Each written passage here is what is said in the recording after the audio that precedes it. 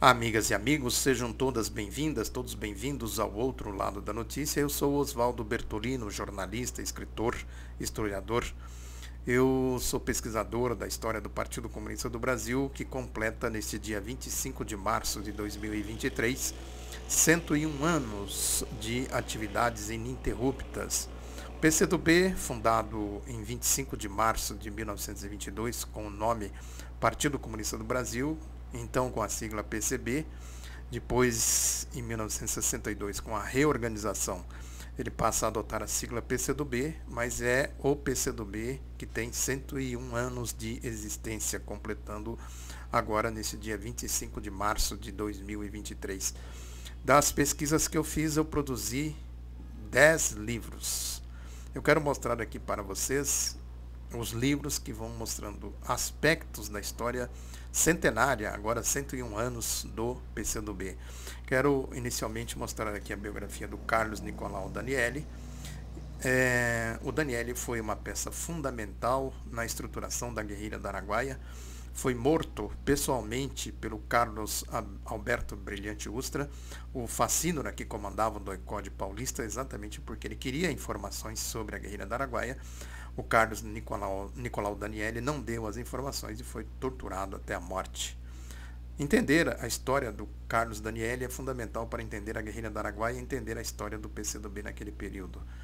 E, sobretudo, o comportamento de heroísmo do Carlos Danielli e o comportamento nazista, fascista, perverso, assassino dos agentes da ditadura militar, nesse caso aqui do Carlos Alberto Brilhante Ustra. O livro é comovente, a gente lê com comoção a história do Danielli e também uma figura muito destacada do ponto de vista intelectual, teórico e também um exímio organizador, jornalista também, intelectual, fundamental, portanto, conhecer a história do Carlos Danielli.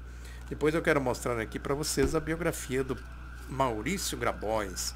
Maurício Grabois foi o comandante militar da guerrilha do Araguaia, morreu em combate. Maurício Grabois é um dos pioneiros da história do PCdoB. Ele entrou no partido na década de 1920, na juventude comunista, foi também um intelectual, jornalista, foi o principal organizador da Comissão Nacional de Organização Provisória, que reaglutinou os comunistas depois da ofensiva nazi-fascista ali no período do chamado Estado Novo, da repressão que se abateu sobre o país depois do levante de 1935. Então, o Maurício Grabois foi o criador da Quinop, junto com outros, e depois também foi um dos articuladores da Conferência da Mantiqueira, que reorganizou o partido em 1943. Foi também o líder de grandes manifestações populares em 1945, quando o partido entra para a legalidade, fim da Segunda Guerra Mundial, e o Estado Novo começa a se aproximar do seu fim. A luta pela redemocratização do país veio exatamente pela convocação de uma Assembleia Constituinte. Maurício Grabois, liderou uma grande campanha nacional de massas, verdadeiras manifestações populares em grandes quantidades, reivindicando a Constituinte de 46. Ele foi eleito Constituinte em 45, participou da Constituinte de 46, depois da Constituinte foi o líder da bancada do PCdoB, à época PCB, é importante dizer isso, e depois foi cassado pelo governo Dutra, voltou para a clandestinidade, e aí tem toda a trajetória dele até chegar à guerrilha do Araguaia, onde ele morreu em combate na manhã de Natal de 25 de dezembro de 1973, enfrentando os facínoras da ditadura militar. Também quero mostrar aqui a biografia do Pedro Pomar, também uma figura importante, entrou para o PCdoB em 1934, ali na luta da Aliança Nacional Libertadora. Ele entrou no partido lá no estado do Pará, foi para o Rio de Janeiro, teve também um papel fundamental no combate ali à repressão no Estado Novo e também foi um dos organizadores da Conferência da Mantiqueira. Foi eleito depois deputado, não na Constituinte, depois da Constituinte. Ele foi um ativo deputado porque a bancada foi cassada e ele não foi, porque ele se elegeu pela legenda PSP, Partido Social Popular, que era o partido do Adhemar de Barros, numa aliança que foi feita em São Paulo. Ele foi eleito por São Paulo, ele e o Diógenes Arruda Câmara. Então, como deputado comunista que não foi cassado por não ter sido eleito pelo PCdoB, ele teve uma atuação muito combativa como deputado. Aí depois teve que entrar para a clandestinidade quando terminou o mandato, foi perseguido também, foi um intelectual refinado, tinha muita interface com o mundo da intelectualidade. A questão, por exemplo, da cultura do samba, cultura popular, a cultura dos morros cariocas, tem muito a presença do Pedro Palmar como dirigente, como o comandante dos jornais do Partido Comunista do Brasil, sobretudo a Tribuna Popular. Ele era o diretor da Tribuna Popular. Foi morto na Chacina da Lapa, quando os facínoras da ditadura militar ainda perseguiam os que fizeram a guerrilha do Araguaia. Junto com ele foi morto o Ângelo Arroio, que foi comandante lá de um destacamento na guerrilha do Araguaia, foi da comissão militar também, e o João Batista Franco Drummond, um jovem que tinha vindo da Ação Popular, ingressou no PCdoB, também foi morto, esse sob tortura na Chacina da Lapa. O Pedro Palmar e o Ângelo Arroio foram metralhados na famosa Chacina da Lapa, na Casa da Lapa. Quero mostrar também esse outro aqui, que é da Juventude Comunista. Fala muito da Juventude Comunista. Na verdade, eu faço uma abordagem inicial da Juventude Comunista para contar a história de 30 anos da União da Juventude Socialista, que surgiu em 1984. Esse livro foi escrito, portanto, em 2014, que tem aqui toda a história da UJS, partindo exatamente dos seus precursores, né, que foram algumas organizações, como a União da Juventude Comunista, e também uma união de estudantes que atuou ali no começo da década de 70, a UDP, União Democrática, alguma coisa assim, não me recordo exatamente qual é a denominação, mas foi fundamental também para a guerrilha do Araguaia, essa organização de jovens, né, a ligação com Carlos Nicolau Danielli e com Lincoln Bicalho Oeste, que também foi assassinado. Ele era o presidente dessa entidade juvenil do PCdoB, foi assassinado também pela ditadura militar, junto com outros membros da comissão de organização, que era o Luiz Guilhardini e também o Lincoln Oeste. A história contada lá na biografia do Carlos Nicolau Danielli. E depois eu escrevi a biografia do Vital Nolasco, que também foi preso, torturado, veio da Ação Popular também, né, um metalúrgico, foi diretor do Sindicato dos Metalúrgicos de São Paulo, combativo Vital Nolasco, depois foi vereador e sofreu barbaridades nas mãos dos facínoras da ditadura militar ao ser preso e torturado.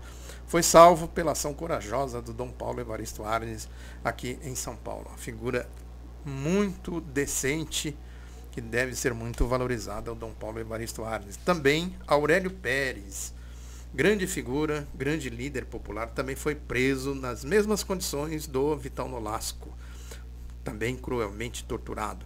Também foi salvo pela ação do Dom Paulo Evaristo Arnes. Aurélio Pérez criou o movimento contra a caristia, inicialmente chamava Movimento do Custo de Vida, depois passou a se chamar Movimento contra a Caristia.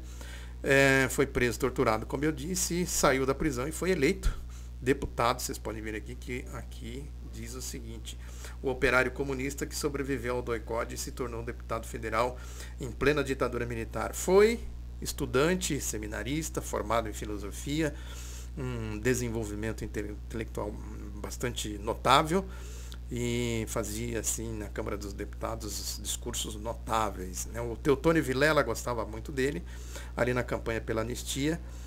Segundo ele, o Teotônio dizia que ele era a sombra do Teotônio, né? Porque os dois andavam pelo país, aí, visitando os cárceres da ditadura e falando em anistia. O Menestrel, a música do Milton Nascimento, Menestrel das Alagoas.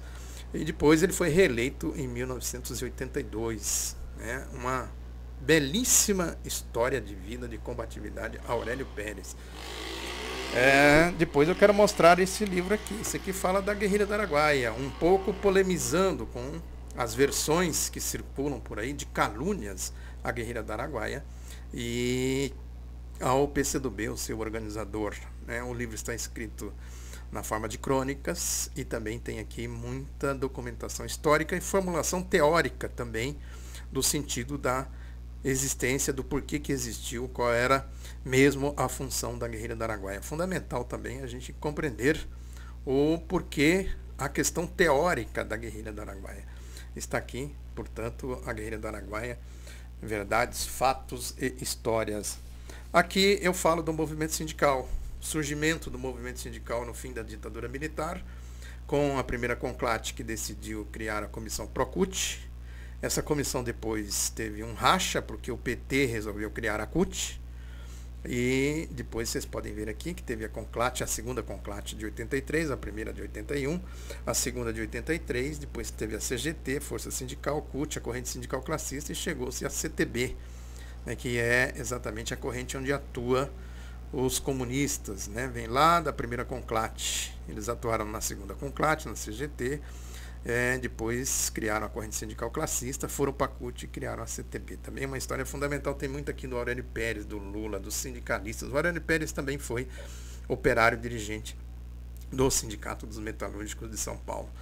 Importantíssimo conhecer a história de luta dos trabalhadores nesse período aqui. É uma história também belíssima, rica em detalhes e rica em ensinamentos. E eu quero mostrar aqui também o livro Rio Vermelho, livro Rio Vermelho, a história do Partido Comunista do Brasil no Rio Grande do Norte, raízes potiguares do Brasil democrático e progressista desde o Levante de 1935. Aqui tem, por exemplo, a história da guerrilha de Mossoró, né, que é praticamente uma desconhecida. A guerrilha dos comunistas em Mossoró começou ali com a criação de sindicatos, o primeiro diretório do PCdoB, à época PCB, do Partido Comunista do Brasil, no Rio Grande do Norte, surgiu exatamente em Mossoró pela família Reginaldo, os irmãos Reginaldo, né?